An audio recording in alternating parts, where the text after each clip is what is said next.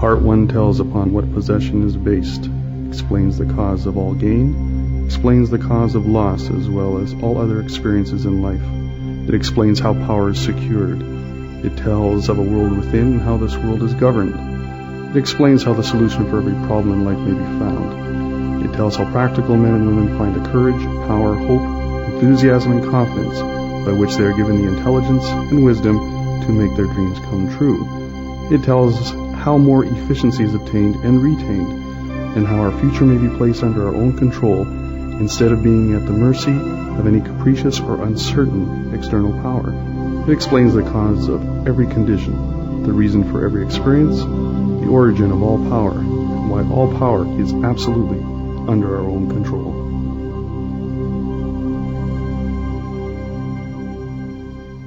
Would you bring into your life more power? Get the power consciousness. More health? Get the health consciousness. More happiness? Get the happiness consciousness. Live the spirit of these things until they become yours by right. It will then become impossible to keep them from you. The things of the world are fluid to a power within man by which he rules them. You need not acquire this power. You already have it. But you want to understand it. You want to use it. You want to control it. You want to impregnate yourself with it so that you can go forward and carry the world before you. Day by day, as you go on and on, as you gain momentum, as your inspiration deepens, as your plans crystallize, as you gain understanding, you will come to realize that this world is no dead pile of stones and timber, but that it is a living thing. It is made up of the beating hearts of humanity.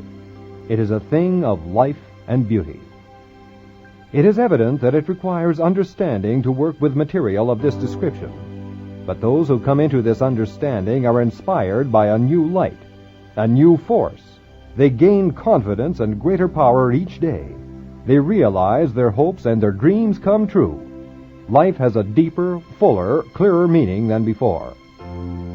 That much gathers more is true on every plane of existence, and that loss leads to greater loss is equally true.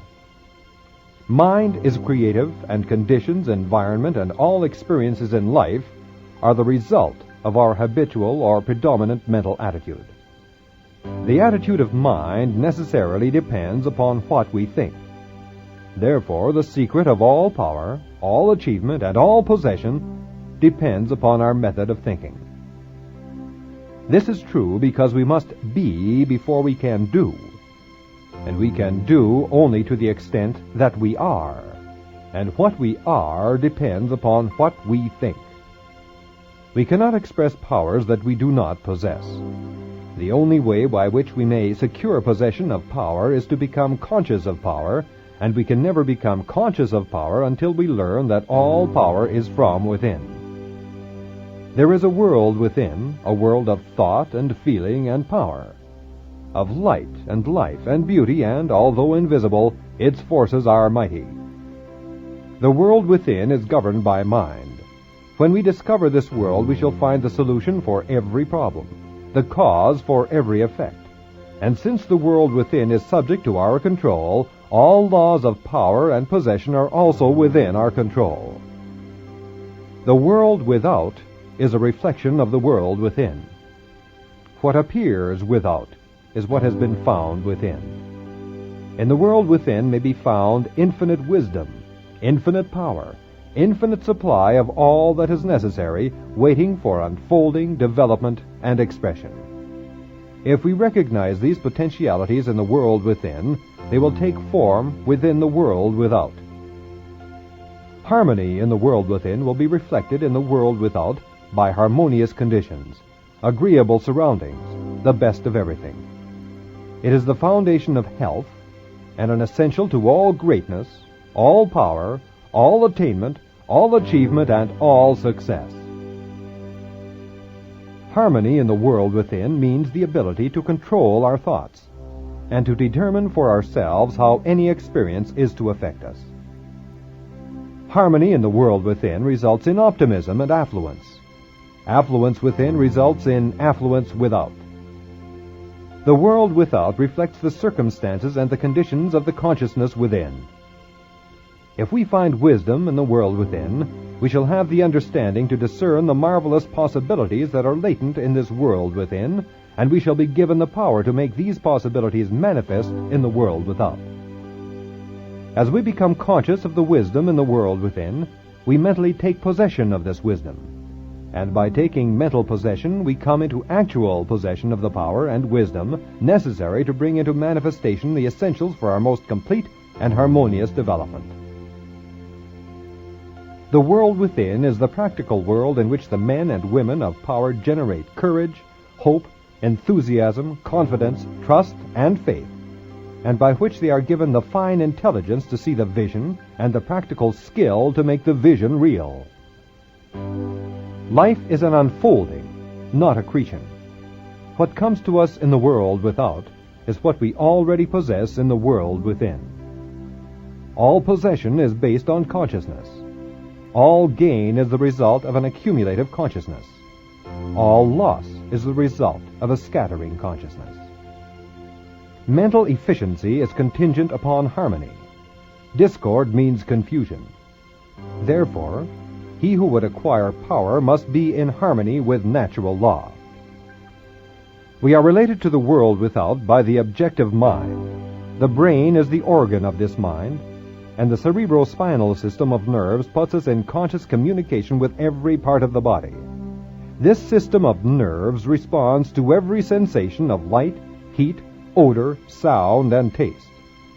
When this mind thinks correctly, when it understands the truth, when the thoughts sent through the cerebrospinal nervous system to the body are constructive, these sensations are pleasant and harmonious. The result is that we build strength, vitality, and all constructive forces into our body. But it is through this same objective mind that all distress, sickness, lack, limitation, and every form of discord and disharmony is admitted to our lives. It is therefore through the objective mind, by wrong thinking, that we are related to all destructive forces. We are related to the world within by the subconscious mind. The solar plexus is the organ of this mind. The sympathetic system of nerves presides over all subjective sensations such as joy, fear, love, emotion, respiration, imagination, and all other subconscious phenomena. It is through the subconscious that we are connected with the universal mind and brought into relation with the infinite constructive forces of the universe. It is the coordination of these two centers of our being and the understanding of their functions which is the great secret of life.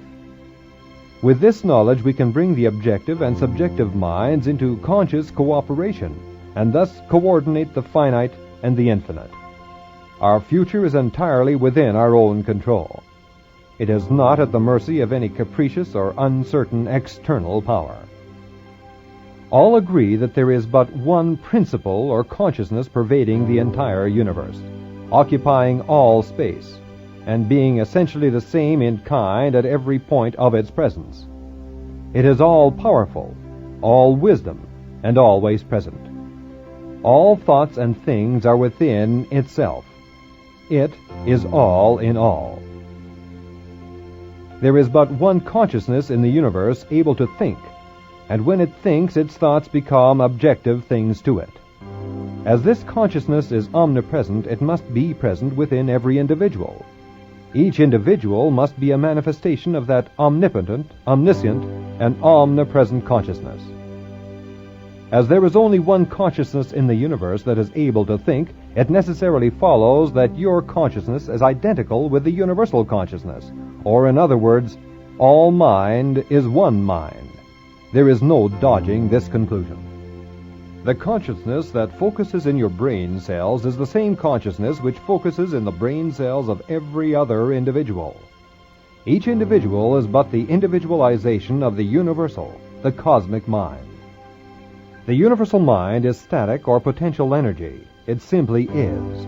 It can manifest only through the individual, and the individual can manifest only through the universal. They are one. The ability of the individual to think is his ability to act on the universal and bring it into manifestation. Human consciousness consists only in the ability of man to think. Walker says, mind in itself is believed to be a subtle form of static energy from which arise the activities called thought, which is the dynamic phase of mind. Mind is static energy. Thought is dynamic energy, the two phases of the same thing. Thought is therefore the vibratory force formed by converting static mind into dynamic mind. As the sum of all attributes is contained in the universal mind, which is omnipotent, omniscient, and omnipresent, these attributes must be present at all times in their potential form in every individual. Therefore, when the individual thinks, the thought is compelled by its nature to embody itself in an objectivity or condition which will correspond with its origin. Every thought is therefore a cause, and every condition an effect. For this reason, it is absolutely essential that you control your thoughts so as to bring forth only desirable conditions. All power is from within, and is absolutely under your control. It comes through exact knowledge and by the voluntary exercise of exact principles. It should be plain that when you acquire a thorough understanding of this law and are able to control your thought processes, you can apply it to any condition. In other words, you will have come into conscious cooperation with omnipotent law, which is the fundamental basis of all things. The universal mind is the life principle of every atom which is in existence. Every atom is continually striving to manifest more life. All are intelligent, and all are seeking to carry out the purpose for which they were created. A majority of mankind lives in the world without. Few have found the world within. And yet it is the world within that makes the world without. It is therefore creative, and everything which you find in your world without has been created by you in the world within. The master key will bring you into a realization of power which will be yours when you understand this relation between the world without and the world within. The world within is the cause, the world without the effect. To change the effect, you must change the cause. You will at once see that this is a radically new and different idea. Most men try to change effects by working with effects. They fail to see that this is simply changing one form of distress for another. To remove discord, we must remove the cause, and this cause can be found only in the world within. All growth is from within. This is evident in all nature. Every plant, every animal, every human being is a living testimony to this great law, and the error of the ages is in looking for strength or power from without. The world within is the universal fountain of supply, and the world without is the outlet to the stream. Our ability to receive depends upon our recognition of this universal fountain, this infinite energy of which each individual is an outlet, and so is one with every other individual. Recognition is a mental process. Mental action is therefore the interaction of the individual upon the universal mind. And as the universal mind is the intelligence which pervades all space and animates all living things, this mental action and reaction is the law of causation. But the principle of causation does not obtain in the individual, but in the universal mind. It is not an objective faculty, but a subjective process, and the results are seen in an infinite variety of conditions and experiences. In order to express life, there must be mind. Nothing can exist without mind. Everything which exists is some manifestation of this one basic substance from which and by which all things have been created and are continually being recreated. We live in a fathomless sea of plastic mind substance. This substance is ever alive and active. It is sensitive to the highest degree. It takes form according to the mental demand. Thought forms the mold or matrix from which the substance expresses itself. Remember that it is in the application alone that the value consists, and that a practical understanding of this law will substitute abundance for poverty, wisdom for ignorance, harmony for discord, and freedom for tyranny. And certainly there can be no greater blessing than these from a material and social standpoint. Now make the application. Select a room where you can be alone and undisturbed. Sit erect, comfortably, but do not lounge. Let your thoughts roam where they will, but be perfectly still for from 15 minutes to half an hour. Continue this for 3 or 4 days or for a week until you secure full control of your physical being. Many will find this extremely difficult. Others will conquer this with ease. But it is absolutely essential to secure complete control of the body before you are ready to progress. In Part 2, you will receive instructions for the next step. In the meantime, you must have mastered this one.